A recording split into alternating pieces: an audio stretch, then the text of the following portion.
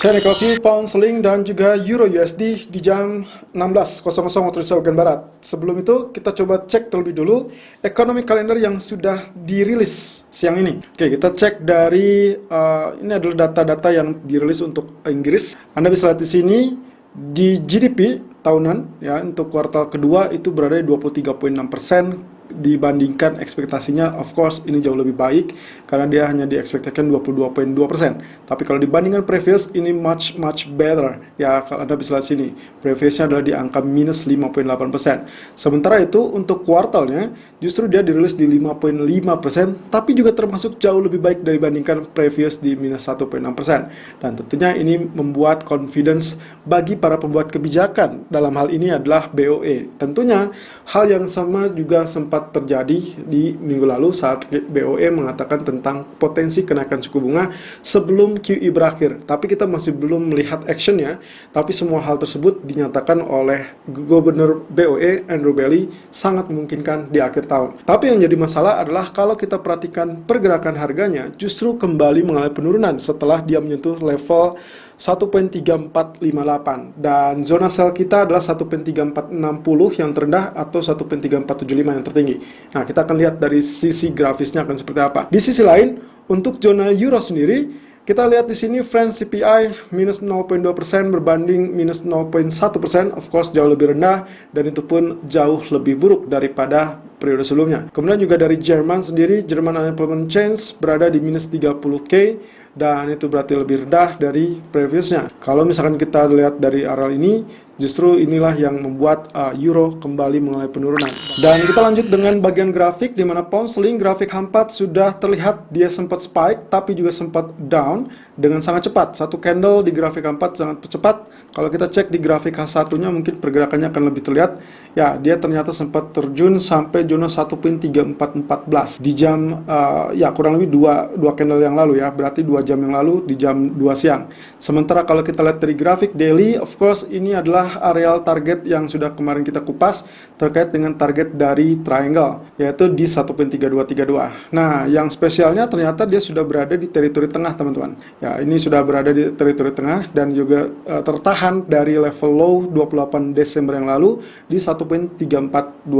Nah, ekspektasinya tentunya dia mengalami kenaikan ini hanya relatif sesaat atau relatif singkat. Kalau begitu, potensi dari grafik H4-nya kita bisa memperhitungkan dari zonasi Fibonacci retracement sebelumnya atau dari Fibonacci expansion. Kemarin kita sudah ukur dari teritori ini ternyata kita mendapati target 61,8% di 1.3429, which is good karena kita juga sudah mendapatkannya setelah dia break area Fibonacci retracement 0%. Yaitu di 1.3519. Ingat teman-teman, kalau misalkan ternyata dia tembus 0%, maka Anda bisa menghitungnya menggunakan Fibonacci expansion. Dan target berikutnya dari 61,8% adalah di 100%, yaitu 1.3353. Jadi kalau kita lihat dari grafik daily-nya, ini sangat memungkinkan untuk mencapai areal tersebut. Berarti, kalau demikian areal pantulannya kurang lebih zona tengah dari long candle ini, ya, itu saya sudah hitung di 1.3485 dan sangat wajar kalau kita menggunakannya di teritori 1.3460 ataupun 1.3475. Sayangnya sampai saat ini tertahan di 58. Apakah boleh diambil? Ya, kalau misalkan ternyata relatif dekat ya why not ya. Yang terpenting adalah risknya tetap kita gunakan 1.3520 dengan catatan acuannya adalah area Fibonacci retracement 0% ini. Kalau dia sampai tembus di atas ini berarti polanya sudah mulai berubah kembali menjadi area kenaikan. So sell on rally 1.3460, 1.3475 tetap dipertahankan dengan target pertama 1.3400 dan target kedua 3365, stop lossnya 1.3525. Kemudian untuk Euro USD sendiri, kalau kita perhatikan areal trend channel kemarin ternyata berhasil ditembus dan ini, nah yang saya maksud kalau misalkan Anda lihat dua candle berikutnya tetap konsisten di bawah zona trendline atau support, maka kita asumsikan ini betul-betul confirm ditembus. Artinya lagi kita harus merubah strategi kita menjadi area sell. Nah, daily chart-nya pun menunjukkan potensi penurunan. Nah, ini adalah long black candle yang nantinya Anda bisa perhitungkan zona tengahnya in case ternyata dia mengalami kenaikan. Ternyata setelah dihitung-hitung, saya memiliki area tengah 1.1642 dihitung dari harga open dan close-nya di long black candle ini.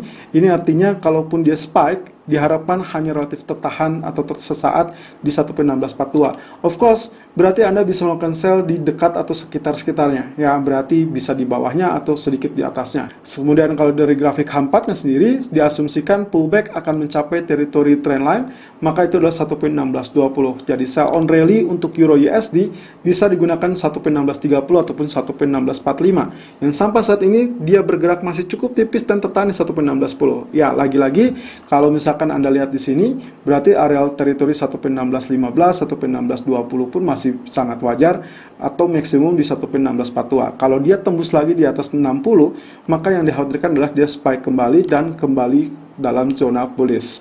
Nah, jadi sell on rally 1.1630, 1.1645 dengan TP pertamanya 1.1585 dan juga target keduanya adalah 1.1530 dengan stop loss 1.1700. Selalu gunakan stop loss dan risk management sesuai dengan equity dan strategi trading Anda. Irfan untuk Agrodana.